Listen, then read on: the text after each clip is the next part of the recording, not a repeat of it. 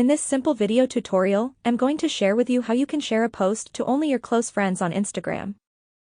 You can simply post a photo or reel to only be visible to your Instagram close friends in just few simple steps. To do this, simply open up your Instagram.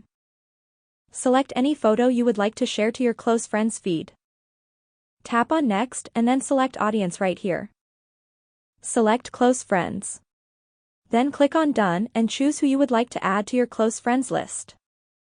The selected account will be the only ones who can view your post if shared. That's how easy it is to share posts to your close friends on Instagram. If you have any questions, just let me know in the comments section down below. Please don't forget to leave a like, share and subscribe for more video tutorials like this one.